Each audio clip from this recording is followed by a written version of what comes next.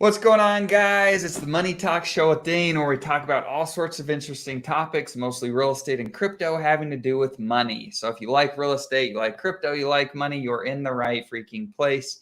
Make sure to like this video, subscribe to the channel. We'll give you all the goodies. We have some excellent goodies for you today.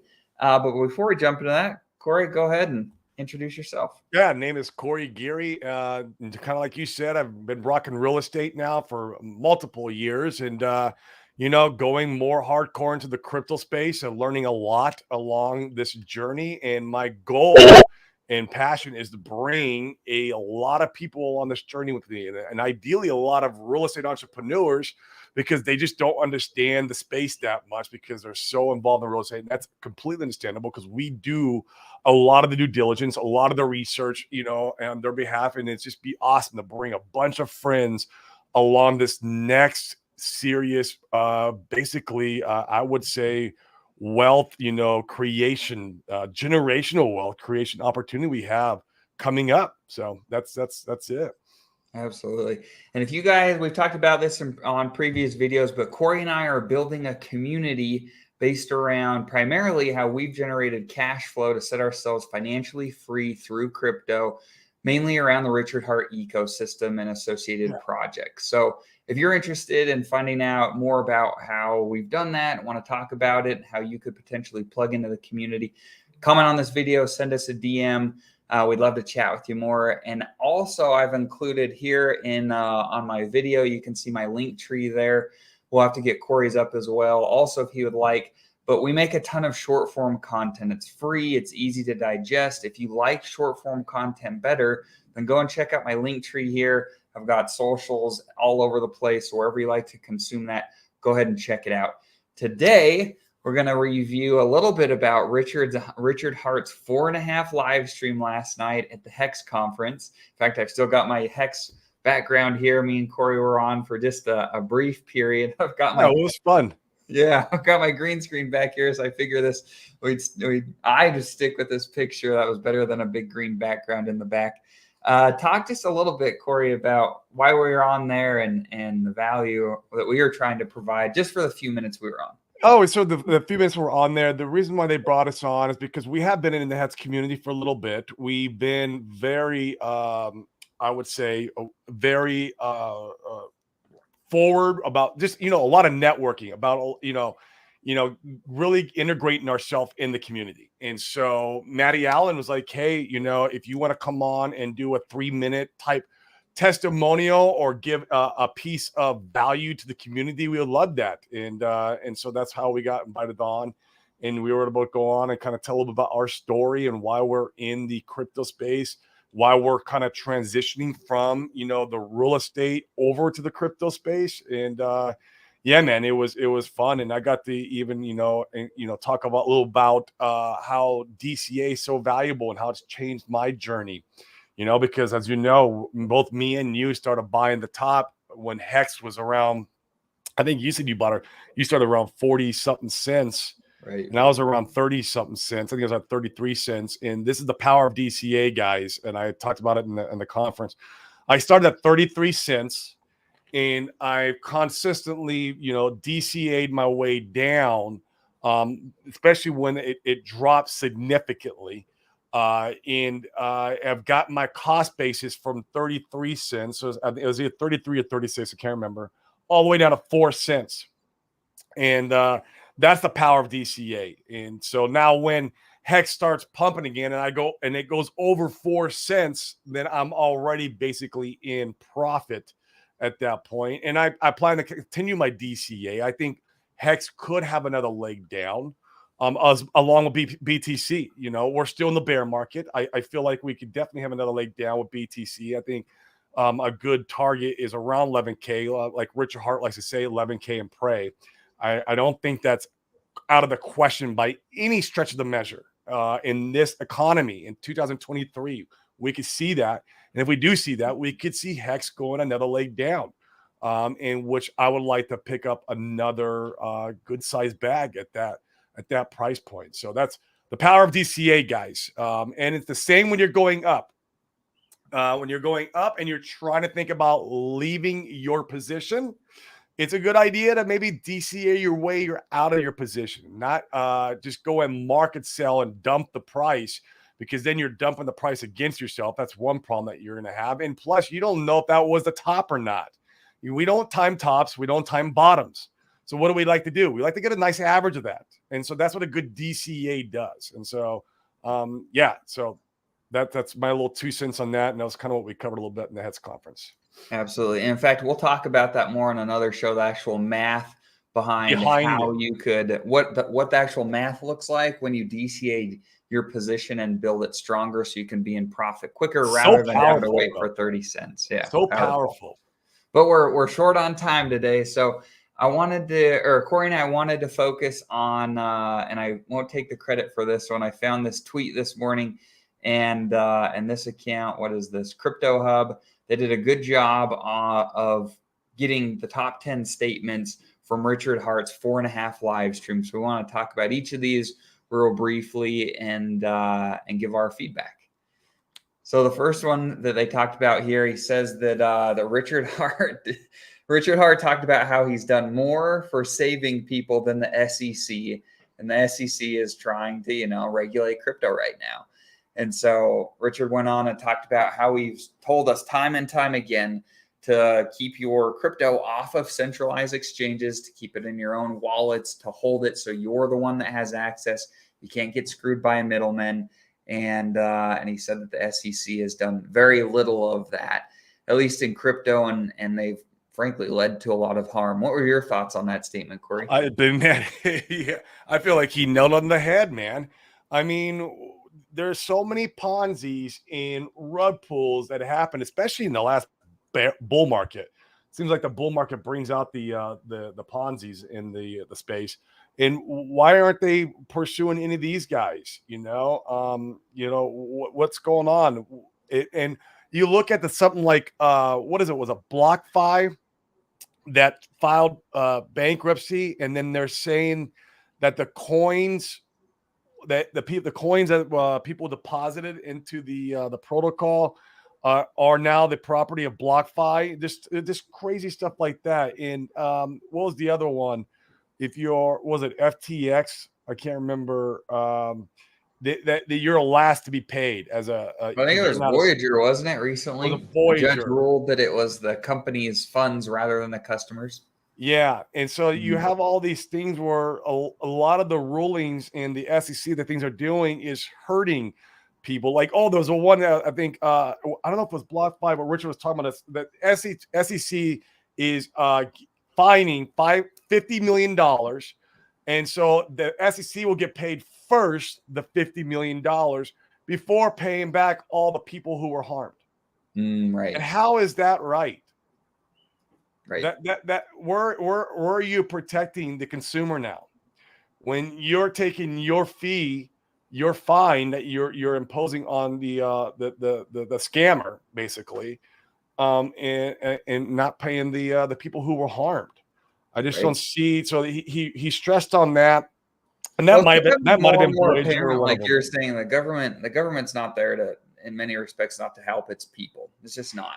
It's supposed to be, though. That's what the government is supposed to be doing, is protecting us. As supposed to be one of the use cases, I guess you would say, or one of the reasons why they're there. That's why they have the power that they have, is to help protect us, help the consumer. And that's what the SEC is in place for. But instead, they get wrapped up in the minutia in the law and trying to make money for themselves, in my opinion, versus trying to really protect the consumer. So I mean, where's Do Kwon? Is he where's he to be found right now? All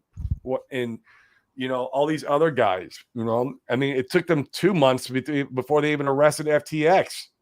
Right. And like, what are they going to do with them? I mean, I know I don't want to talk too much about it because I don't want YouTube shutting us down, but there's some conspiracy stuff about, FTX, Sam Bankman-Fried, and, Gary Gensler and the Democratic, party. I don't want to get too much into that, but there's a lot of stuff, man, and it's just all about money. It all boils down to It's who's paying who, and that's all they care about. They don't care about protecting the consumer, and it's really unfortunate and sad.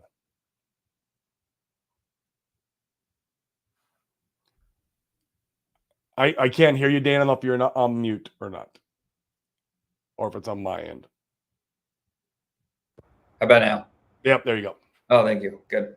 All right, we're short on time today, so let's not cover all of these points. The viewers can see these in the background on the video. We'll highlight the things that we felt like were more important. Richard did a great job on this. This point 3 talks about prosecutors who's wanting to screw up crypto. Hex would be the last thing he says, that they should attack. He says Hex was designed to be compliant. It was designed to avoid pitfalls. And he did an excellent job, I feel like, in the video outlining what the Howie test is, which essentially is the guidelines for how a person can determine if something is a security or not. And from my understanding, if something is not a security, then the SEC doesn't govern it. They're not in charge of it.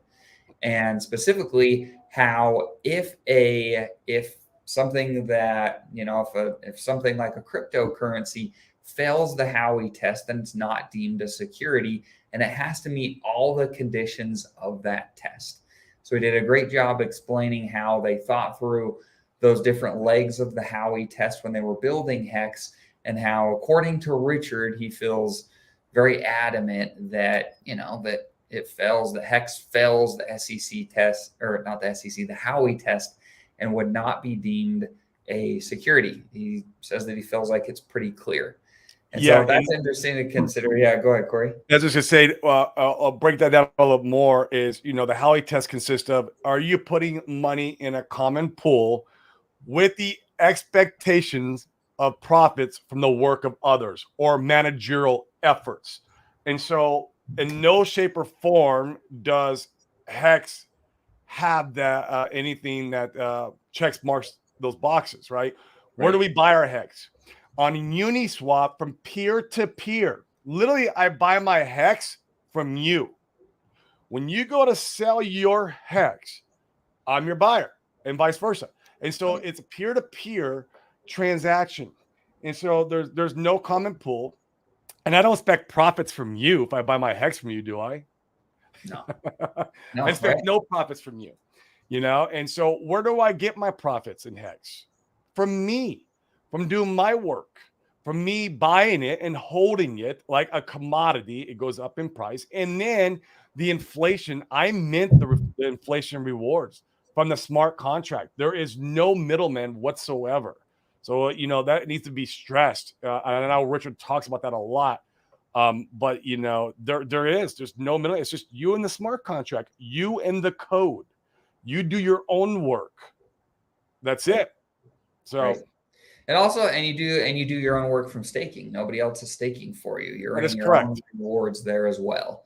And so I thought it was really good that he hammered that home. It's important for a lot of these guys that just don't understand. In fact, there was a guy that was commenting on one of my posts on social media the other day that was like, Hex is a scam, Hex is a Ponzi. And so I outlined it, I thought, pretty clearly. Okay, well, here's the definition of a Ponzi, and here's the definition of a security. Feel free to share your opinion on how Hex violates any of these things. Of course, it's a social media troll. He didn't have any valuable feedback, but it's important to be able to actually know what it is you're getting into in any cryptocurrency. And Hex in this circumstance, Richard, all the information is there to be able to understand it, why it may or may not be a security, and then people can make their own decisions. Yeah, and people throw the word Ponzi around, and they don't understand what the meaning of Ponzi is. Ponzi, the definition is paying new investors or paying old investors with new investors money. Right. That is a definition of Ponzi. You do see those on the blockchain. You do see them, and you see them in real life too. But Hex does nothing of the sort. There is no money being transferred from new buyers to old buyers, except for the ideology of the greater fool theory. But everything in life is the greater fool theory. You need a new buyer to pay more for the asset than what you paid for to have price appreciation. I know this, and I do it all the time with real estate. Right. I buy a house very low in hopes that I find a greater fool, I guess you would say, to buy my house at a higher price. I've been doing this for years. So now people do it with crypto. People do it with stocks. That's just normal life. You got to have those type of, I guess you would say, mechanics. Right. And the value proposition and different things varies, right? Like specifically with a house, when we buy houses and investors, well, the value of a house to us could be very different than the value of the person that we may be fixing it up and selling it to that's going to live in it, since we've forced appreciation, or the value of a quick cash offer if somebody needs to be able to get rid of a problem property that they inherited, for instance. The Correct. value is it's subjective based on who is evaluating something that they may or may not be purchasing. And so that, Corey, there always has to be somebody. And in this fake fiat system, that's just how things work. More buyers, price up, and there's appreciation. People say, well, then someone's always going to have to be there to buy the top. That is correct. And you know how you don't be that person to buy the top in any asset class? By educating yourself. Education. People bought the top in real estate. They're going to be down 40% this year, probably. How do they stop that from happening the next time? By educating themselves. It's the same in crypto. Agreed. Let's talk about here's the different points. Let's talk about so we've got 5 minutes. Let's wrap up with one of the points that Richard made last night that I haven't heard before, and I thought this was really interesting.